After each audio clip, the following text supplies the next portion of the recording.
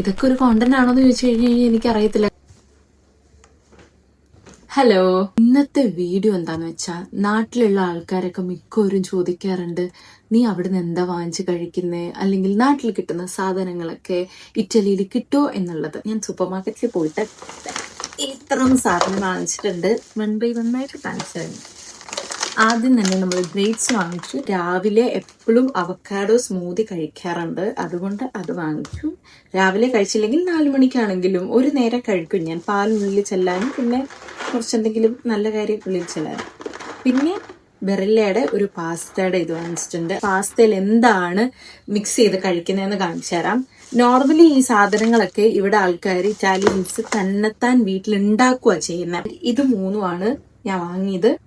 Pasta ചൂടായി വരുന്ന സമയത്ത് നമ്മൾ ഇതിട്ട് മിക്സ് ചെയ്താൽ മാത്രം മതി, നമ്മുടെ പരിപാടി കഴിയും. ഒരു 15 മിനിറ്റിൽ നമുക്ക് പാസ്ത കഴിക്കാൻ വേണ്ടിയിട്ട് പറ്റും. നമുക്ക് നമ്മുടെ ഉച്ചക്കത്തെ ഫുഡ് കഴിക്കാൻ വേണ്ടി പറ്റും. ഫ്രപ്പിച്ചിനോ ഉണ്ടായിരുന്നു, കപ്പിച്ചിനോ ഉണ്ടായിരുന്നു. ഞാൻ ഫ്രപ്പിച്ചിനോ വാങ്ങിച്ചത്. പൊള്ളി സാധനമായത്. പിന്നെ നമ്മൾ കുറച്ച് പൈനാപ്പിൾ വാങ്ങിച്ചിട്ടുണ്ട്. പാല്. ഇത് നമ്മുടെ റൈസ്. എൻ്റെ അരി തീർന്നു പോയി. ഇന്ന് എനിക്കൊരാഗ്രഹം, പോർക്ക്. എൻ്റെ അച്ഛൻ ഇത് കണ്ടു കഴിഞ്ഞാൽ എന്നെ പോകും. പിന്നെ ഇത് ഉള്ളി. എനിക്ക് ഈ ചുമന്ന ഉള്ളി കാണുമ്പോഴാട്ടോ മനസ്സിനൊരു സംതൃപ്തി കിട്ടുന്നത്. മറ്റു ടൈപ്പ് ഉള്ളിയുണ്ട്, ഈ ചുമന്ന ഉള്ളി ഇങ്ങനെ കുക്ക് ചെയ്യുമ്പോഴത്തേക്ക് അത് ഇങ്ങനെ എണ്ണയ്ക്കകത്തിട്ട് വഴട്ടുമ്പോഴത്തേക്ക് ഒരു സുഖം. അതുകൊണ്ട് ഇത് വാങ്ങിച്ചു. ഷുഗർ ക്രേവിങ്സ് കുറച്ച് കൂടുതലായതുകൊണ്ട് കിക്കാറ്റിന്റെ ഇങ്ങനെ ഒരു ബോക്സർ എടുത്തിട്ടുണ്ടായിരുന്നു. അപ്പൊ ഇത്രേ ഉള്ളൂ.